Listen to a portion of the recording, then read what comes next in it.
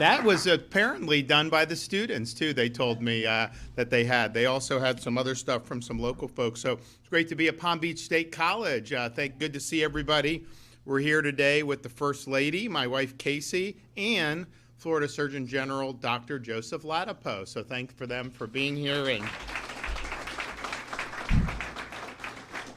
you know, as you can see, we're here to talk about the Healthy Florida First initiative that has been spearheaded by the First Lady and the Surgeon General. You know, I'm kind of along for the ride on it, but they have done a lot of really important testing of some core kind of consumer food products that I think has been illuminating for a lot of Floridians to be able to do. So the first thing that they did was baby formula.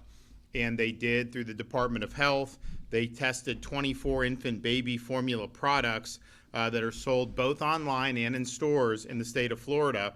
They reviewed samples from 7 major brands, and they were looking for both heavy metals and pesticides. And we released those results earlier this year.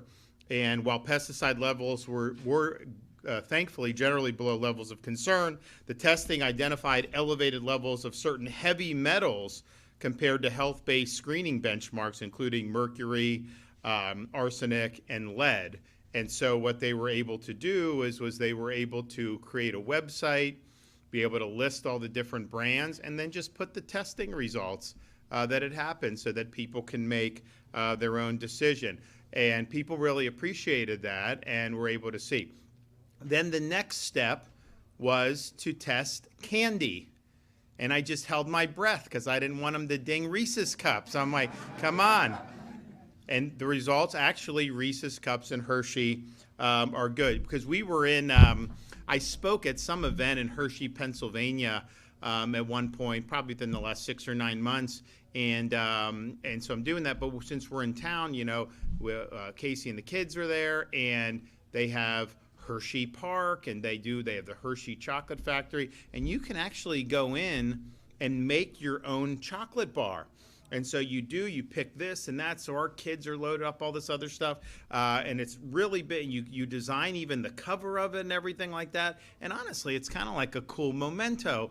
And so, you know, I told the kids, I see, you guys can save that. That'll be something you could always look back on, that memento. By the time we got home, they had all eaten their candy bars, and so that didn't work out. But anyway, so some of the ones that people were concerned about, you know, ended up doing pretty good. But they tested 46 different candy products from 10 different companies. Arsenic was detected in a number of those products, and that obviously raises questions about exposure for kids. And so those you know, results were posted. And so the website for the Department of Health for consumers to look is exposingfoodtoxins.com.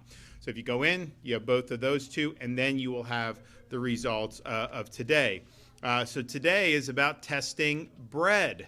And, you know, DOH applied the same independent science-based testing standards that were used in the infant formula and the candy reviews to test bread products. And that's what we're here to announce the finding today. And so I'll let both the First Lady and Dr. Ladapo expound more on that. But I think this is something that a lot of people will appreciate. You're being able to find, you know, it's like there's so much stuff. There's obviously a lot of issues with whatever, you know, is sold in a supermarket. You know, you have some that's like, you know, very fresh and natural.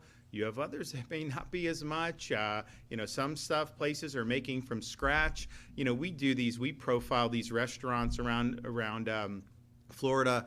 And, you know, we do the family restaurants, and they're all making this, they make this stuff from scratch. I mean, that's kind of what it used to be, but then you end up having some of these other iterations. So people just should have a right to know how to do that. And so really, you know, this is the third announcement we've made.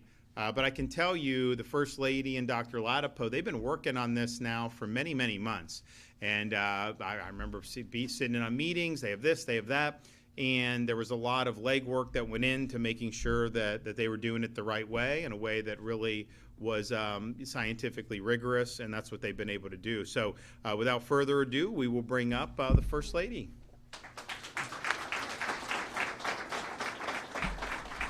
I appreciate you being here. And, this one really hits home, and he's right. We've been working with the Surgeon General day in and day out to really provide transparency and accountability for moms and obviously for families to make informed decisions, right? And it hit home for me, particularly today, because I have a little one, a 9-year-old, who's a little bit under the weather. Maybe she was like playing onto a little bit more just to stay home from school today, but, she was a little under the weather. And I asked her, I said, what do you want me to make you for lunch? And she goes, I want you to make one of your famous grilled cheeses. Now, I don't think that they're famous, but she seems to think that they are, so I'll take credit for it, right? But as I was going into the pantry and I was getting out the products and I was getting out specifically the bread, I was thinking about it. You go into the grocery store, you go into these places with this expectation of trust that what you're buying on the store shelves is not contaminated with pesticides and heavy metals. And so I was really trying to think through with the bread and the other products. Man, I do so much for my kids, right? I don't like the phones. I don't like the social media. I try to protect them. I try to do everything to educate them well with our values and our principles and all of this. And you never really think about the food that they're consuming. Could that potentially have, ramifications on their health? Because you don't know what are in some of these products. And frankly, I don't think that that's fair to consumers to buy something without knowing entirely what's in it, pesticides and or otherwise. He had mentioned the baby formula, something we started off with because, quite frankly, these are the youngest among us. They're the most vulnerable. This is all that they're consuming, particularly the first year or two of life. And so again, I remember going into a grocery store, walking down the aisle, picking out which one as I needed to start supplementing, which one was the best one. I'm reading the labels, trying to do the best that I could. But there was no disclosure of lead, arsenic, cadmium, or mercury on any of those baby formula containers. I would have made an informed decision. Clearly, I wouldn't have given that to my child if I thought that that was problematic. So that was just something, that resonated with me. And then the candy. I mean, my goodness, with the kids, right? It's like you go into the candy, you go a CVS or a Walgreens, and you're shopping for this, that, or the other, and they're pulling at your shirt sleeve because they want candy, and you just want to acquiesce and know how bad is, one piece of candy. One piece of candy, obviously, on one day, not problematic, but when you start looking at some of the evidence that the Florida Department of Health has uncovered about eating this stuff in aggregate over a course of a year, it becomes problematic. So a simple thing is trying to provide a candy bar to a 5-year-old who you just want to get through the experience without causing a scene, right? So you think, you're giving it to them. Of course you don't want to do any harm to your child. And so that's why informing consumers with the truth, with what a fair and impartial, non-biased third party like the Department of Health can do to be able to provide that guidance to parents so that way they can make informed decisions, that's the right thing to do. And so it's a righteous fight, and I'm really honored to stand next to the Surgeon General, who, by the way, the greatest Surgeon General in the United States of America. I mean, honest to goodness,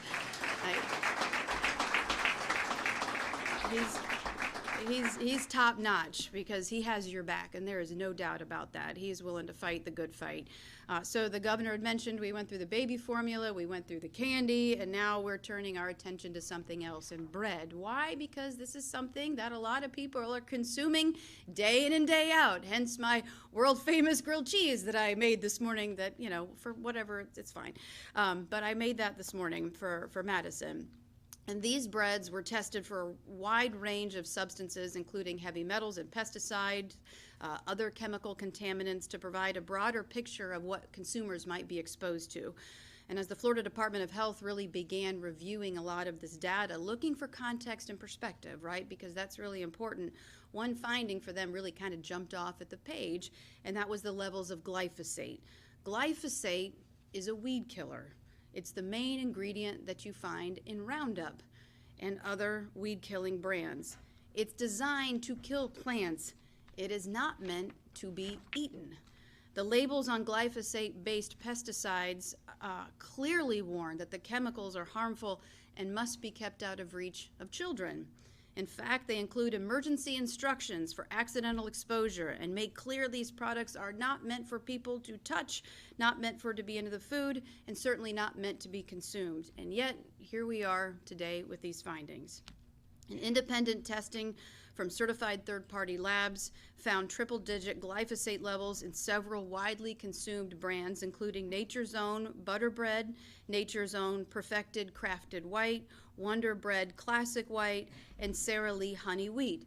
In contrast, Sara Lee Artisano White and Pepperidge Farmhouse White had no detectable glyphosate levels. So once again, and we've seen this in every category that we have tested, whether it's the baby formula or the candy, there are problematic levels of some of these contaminants.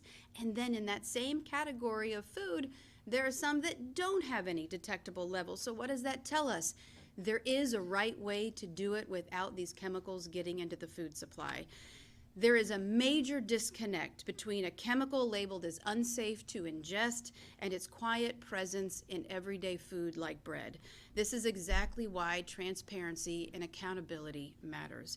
Consumers deserve to know the truth and to make informed decisions about what they consume. And that is one of the big reasons about why we are on the mission that we are currently on. And the Surgeon General and I have said multiple times, we're just getting warmed up. we're doing this, we're doing baby formula, candy, we're doing bread, and we're gonna move on to other things because people have the right to know. So in closing, I think it's important to say this. Florida has really made historic investments in cancer care and research, over $1 billion under his watch, to expand treatment, innovation, and care. We are becoming an international destination for cancer treatment. We are home to the only carbon ion therapy in the entire Western Hemisphere here in the state of Florida. We are funding innovative grants that are bringing in new technologies and treatments to Floridians that otherwise might not ever reach patients. We have also committed millions of dollars to pediatric care and research so that the littlest among us don't feel like they have to leave the free state of Florida to be able to get help for cancer. Those investments matter. Those investments are saving lives, and as a cancer survivor, those investments are deeply impactful and personal to me. But the treatment alone, in my opinion, is not enough. If we really truly want to improve health outcomes, we have to give prevention the same amount of priority as we do treatment. Reducing the exposure to harmful chemicals, especially those that show up in everyday foods, is one of the most powerful ways to potentially and hopefully prevent disease before it ever takes root. Keeping these chemicals out of the food supply is not just good policy, it's also common sense. And that accountability is exactly what taxpayers, I believe, deserve from their government. And through this initiative, Florida is embracing the role of states under the federalist system. States are laboratories of innovation, uniquely positioned to act quickly, gather real-world data to identify emerging risks. And this is why Florida is actively, as we speak, enlisting other states to join this effort to conduct independent, trusted testing to serve as a trust but verified check on our food supply. Working together, states can really serve as a force multiplier for the federal MAHA movement, generating the transparency and verified data upon which the FDA needs to be able to respond effectively. And that is true. The FDA really looks for problematic instances within the food supply, and then they're able to swoop in and hold people accountable. But what we need to do is be able to bring this to their attention through a coalition of the states to ensure that we can provide, again, that trust but verify factor to ensure the integrity of the food supply for you, for the people, for Floridians, for the American citizen. And this is how federalism is supposed to work. States taking the lead so that families are protected and public health decisions are grounded in evidence and in truth. And at the end of the day, in my opinion, it's just the right thing to do on behalf of the people who deserve to know the truth, to make informed decisions. And as a mother of 3 and a cancer survivor, I am very proud to be a part of this and proud to be a part of something that I hope will be a game-changing moment in our nation. Thank you.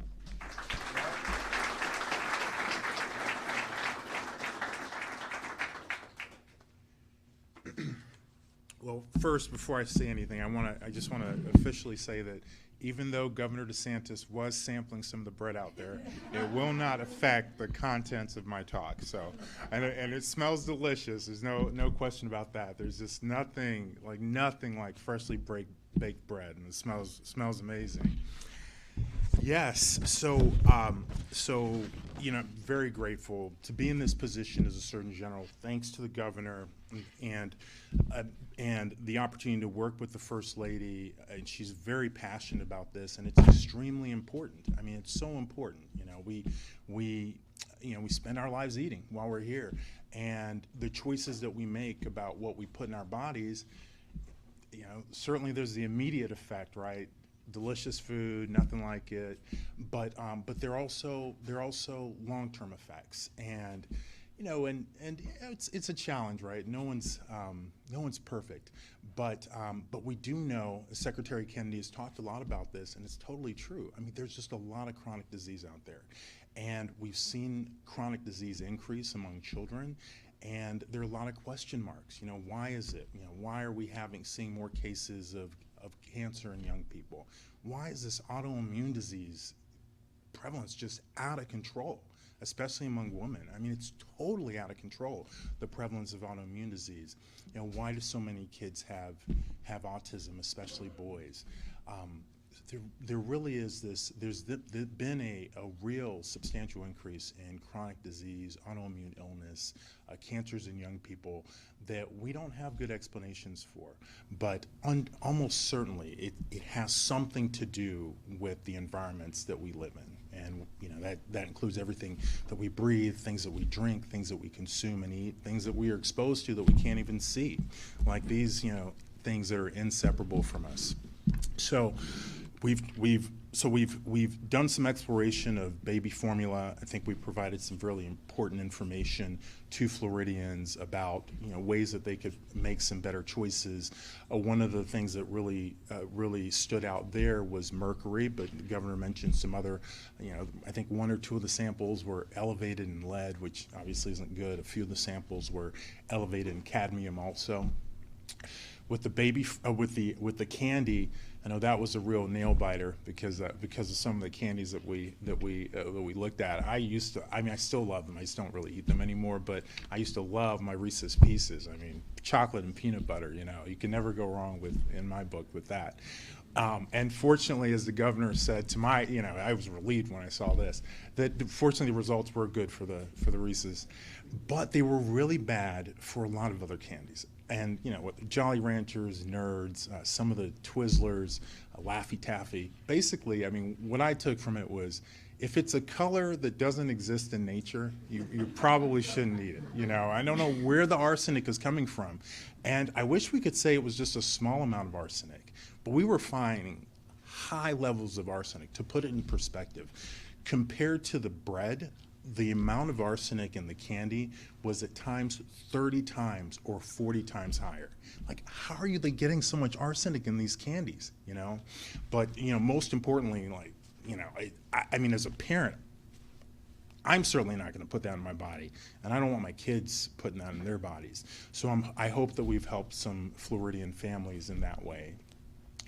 So now, the most recent thing that we've tested is bread that we're reporting today, and of all the things that we've found in the bread, the most concerning, as the First Lady was saying, is glyphosate, and it's otherwise known as Roundup.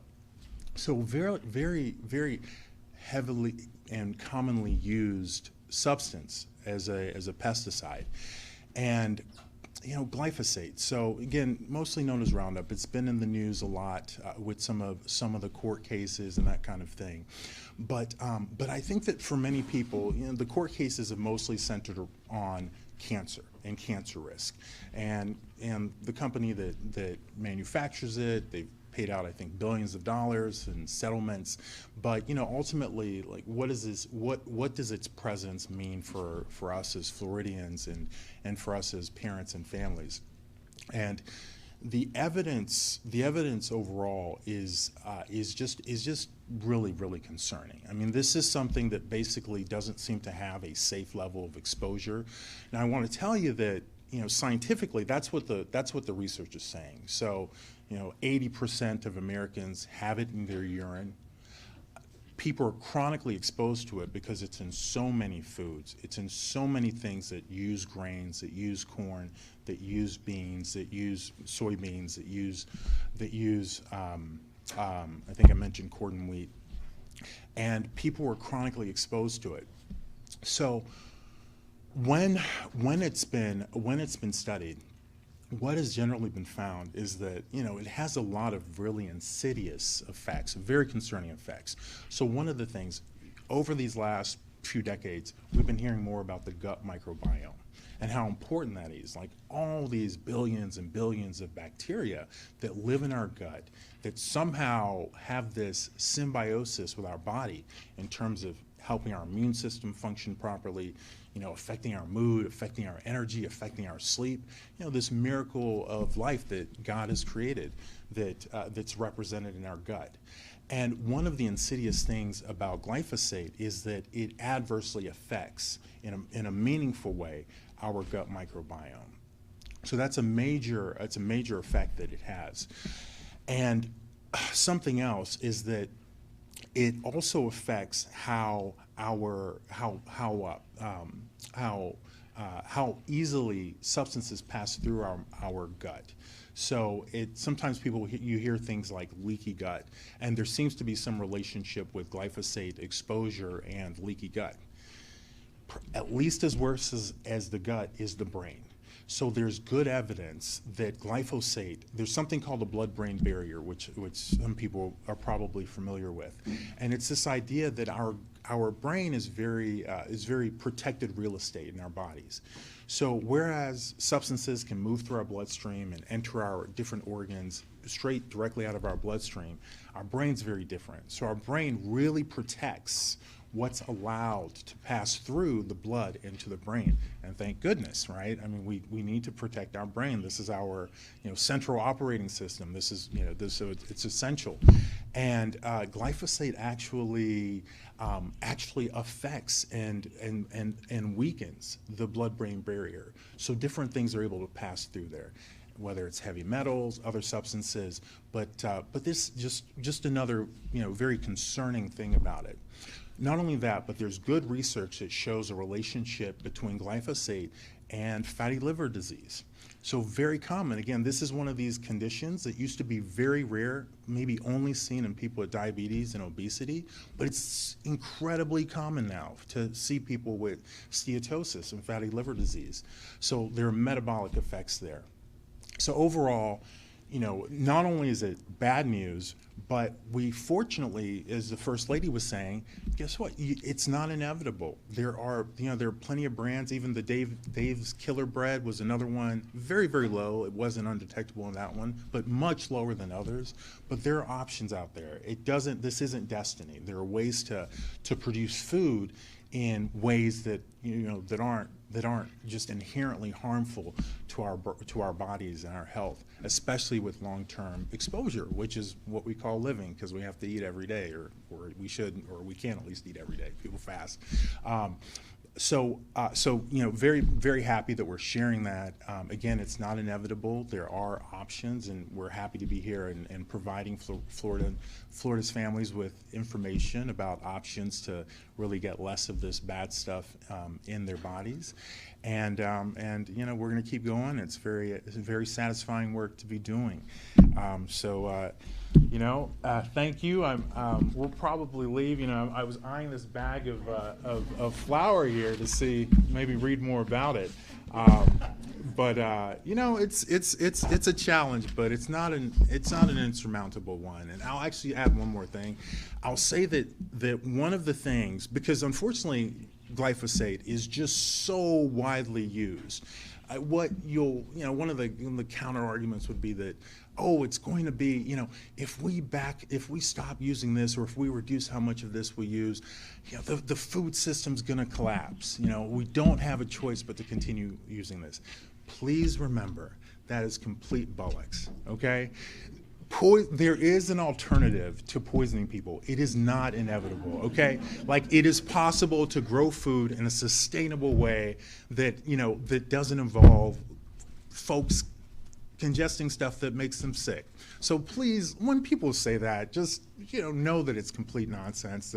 That for hundreds of years we managed to feed people on the planet without doing it, and this idea that it's inevitable is just it's just nonsense. So, all right, God bless you guys.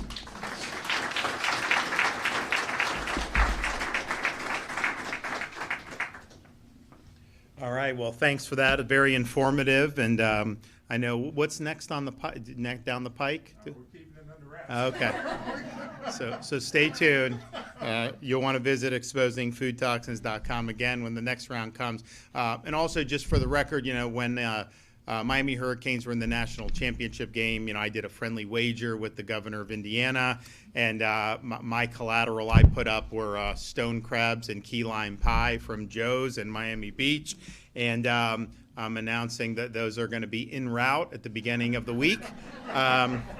And it's that it's a time of season. They're very good down there. But just for the record, no testing on key lime. I think it's fine, but I also, if it's not, it gets a pass. And so we just got to work through that for that. So we're going to do that. And, I think we even maybe kicked in a couple extra for their coach, Signetti, who's really done a good job. So he'll have some as well. So anyways, so that bet will be paid. Miami had a great season. I think they're on the upswing for many, many years. I think they're going to start doing really well.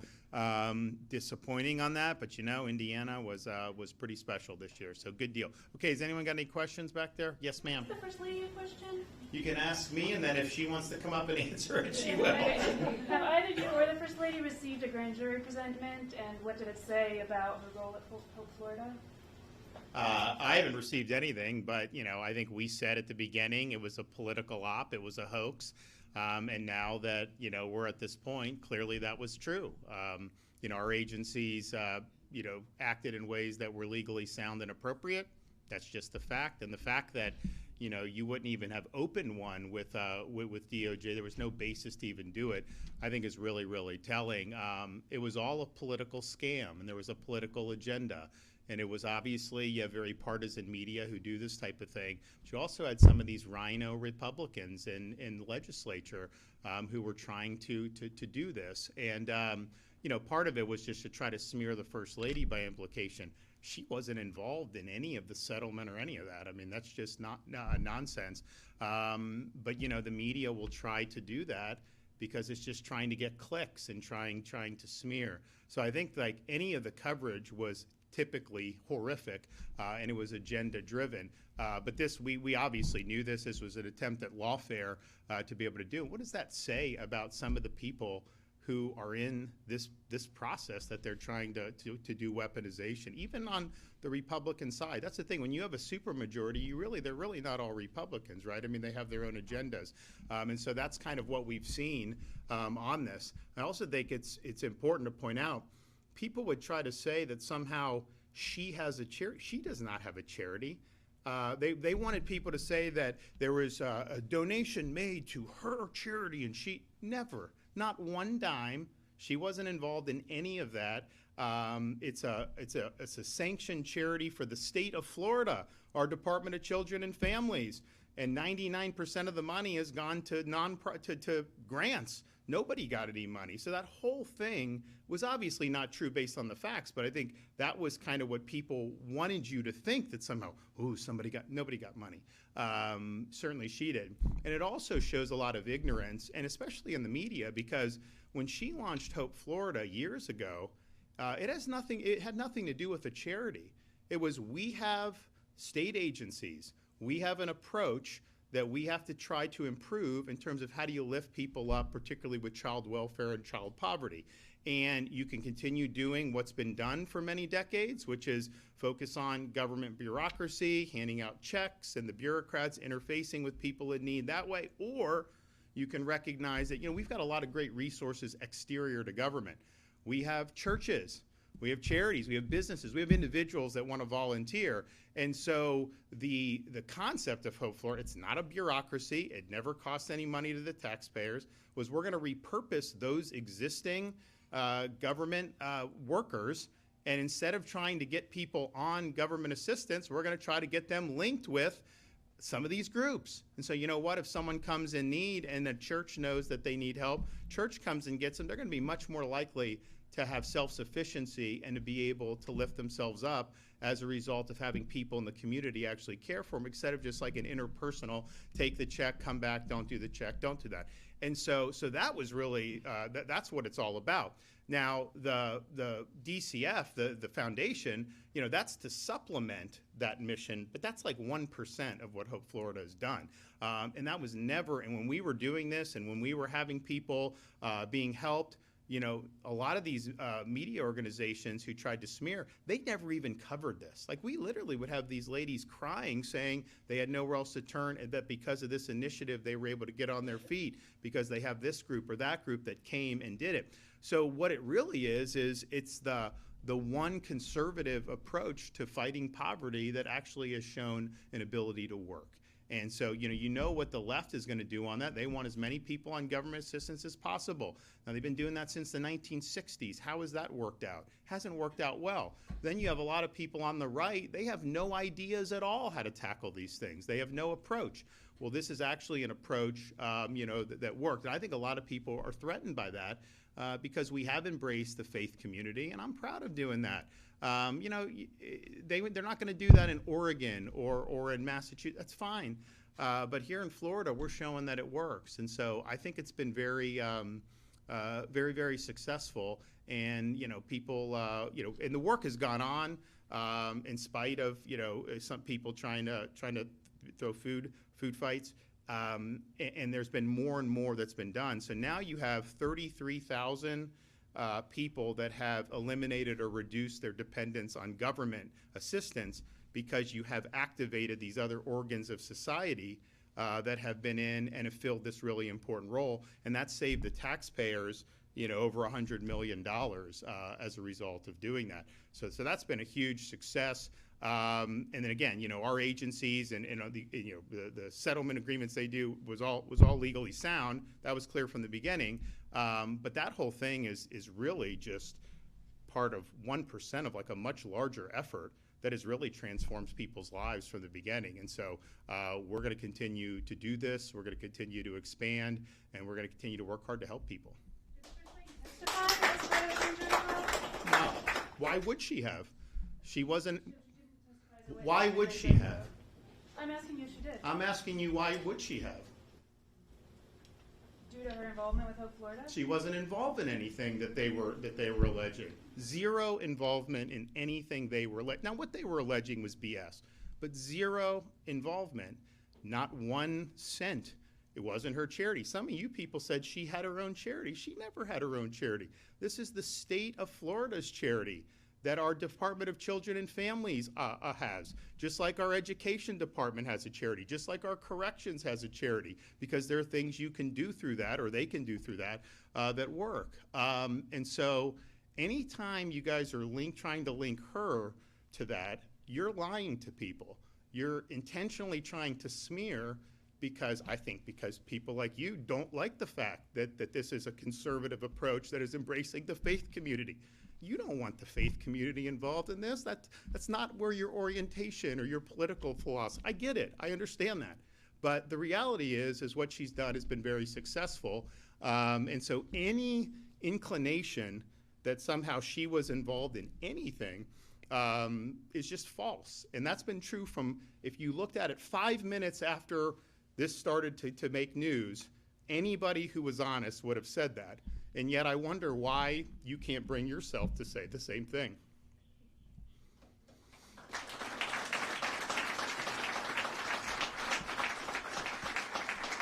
Yes.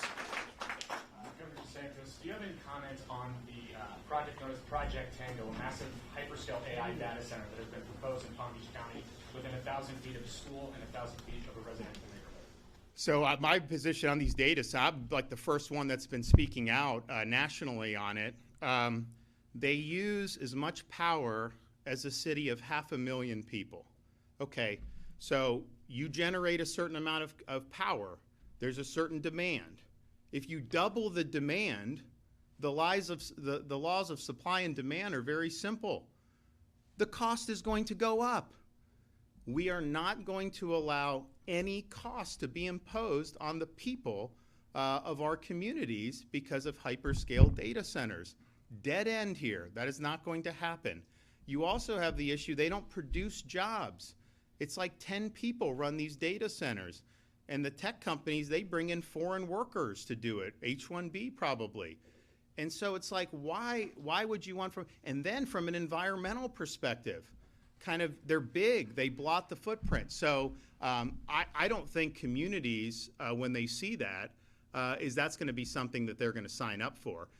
It's taking a lot of resources from the community. It's not really giving anything in terms of producing jobs, economic base, any of that. You should be producing your own energy if you're going to be using that much. But our ratepayers, cannot be shouldering this burden and then cannot be doing that. We're working on legislation. Well, the legislature is working on legislation that will make it very clear that the people of Florida are protected against that. I hope it passes. I think it will pass. Obviously, I would sign it into law if it did. Yes? I have a question. I'm not sure if you're aware that Miami-Dade had a deficit of $400 million. We were waiting, the residents, taxpayers were waiting for you to answer, to talk to them, I guess until a town hall meeting. And now all the... Whoa. Miami-Dade has a deficit? They had a $400 million deficit and then all For their county budget? The county, yes. Okay. And all of a sudden, it appeared the money, and there's a lot of back and forth going on in Miami-Dade, and now they're doing a recall on the Vincava. I wanted to know what was your take. What do you think about the recall that's going on? Well, I don't know about the recall. I mean, obviously, we have been very critical of the amount of spending that's taken place in local governments. I mean, here's just the facts statewide. 2019, if you look at property tax revenue taken by local governments for all different functions, they were taking in $32 billion across the state. This year, it's going to be $60 billion. So that's 7 years. And so the question is why? Well, the reason why, and you guys know in Palm Beach better than anyone, people are coming down. You have home prices have gone up.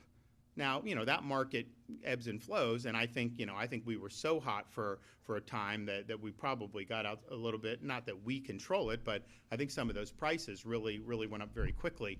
But ostensibly, on paper, people have more value. And so that means more taxes. Even if they don't raise the millage, you're paying more taxes on an annual basis. And if you have to sell your home that you've had for a long time and get a new one, your tax base could be a lot higher. This is the genesis of why we're doing the property tax and working with the legislature to get that done so that people are protected against that.